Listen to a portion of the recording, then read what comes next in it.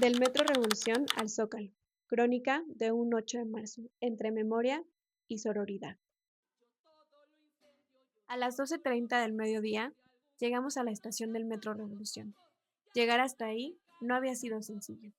Desde temprano, varias estaciones del metro habían sido cerradas y abiertas de forma intermitente, lo que provocó retrasos y desvíos para muchas de las personas que intentaban llegar al punto de reunión. A un costado de la estación, junto a un Oxxo, comenzamos a encontrarnos con algunas compañeras del colectivo, Polihistóricas, formado por estudiantes de la escuela. La espera duró alrededor de 20 minutos. Muchas venían retrasadas por el tráfico o por los cambios inesperados en el transporte público. Mientras tanto, las calles comenzaban a llenarse de mujeres vestidas de morado y verde, que caminaban en la misma dirección. Cuando el grupo finalmente estuvo reunido, recibimos algunas indicaciones. Nos entregaron un listón morado que debíamos colocar en la muñeca para identificarnos dentro del colectivo. También nos pidieron escribir en el brazo nuestro nombre completo, un contacto de emergencia y nuestro tipo de sangre. Medidas que recordaban que aunque la marcha era un espacio de protesta y encuentro, también requería precaución. La organización era clara. Al frente del contingente caminarían las infancias, acompañadas por integrantes del colectivo para garantizar su cuidado durante el recorrido.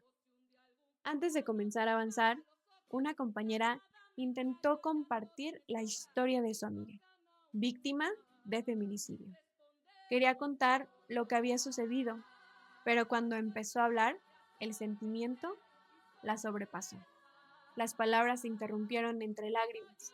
El silencio que se formó alrededor fue profundo. Nadie dijo nada, pero todas entendimos el peso de ese momento.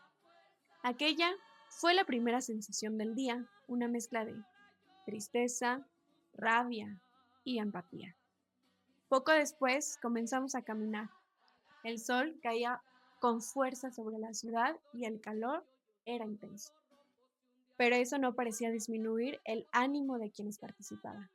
A la 1 de la tarde, iniciamos el recorrido desde Revolución rumbo al Zócalo, pasando por Bellas Artes, una de las rutas más reconocibles de las marchas del 8 de marzo en la capital.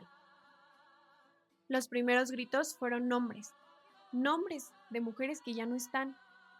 Cada uno resonaba entre la multitud, como un recordatorio de por qué estábamos ahí. Conforme avanzamos, más colectivos se iban incorporando. Lo que al inicio parecía un grupo organizado, pronto se convirtió en una multitud que ocupaba varias calles del centro. Los carteles levantados sobre las cabezas contaban historias distintas, denuncias, exigencias de justicia, recuerdos de amigas, hermanas o hijas. Muchas frases eran tan fuertes que resultaba imposible no detener la mirada en ellas. Las consignas comenzaron a escucharse cada vez con más fuerza. Voces distintas se unían en un mismo ritmo, creando una atmósfera colectiva que recorría las avenidas. En las calles aledañas también había hombres observando la marcha. Algunos sostenían carteles de apoyo. Uno, en particular, quedó grabado en la memoria.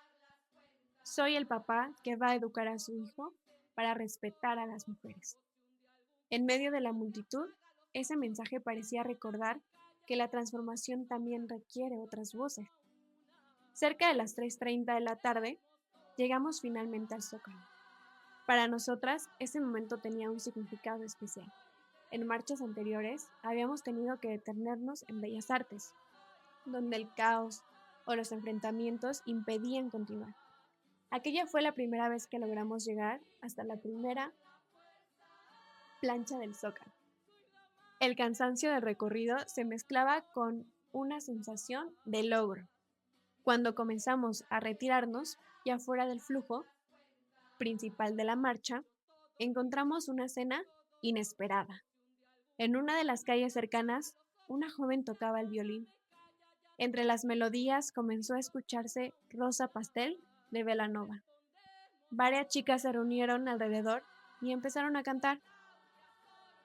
Durante unos minutos, el ruido de la ciudad pareció desaparecer.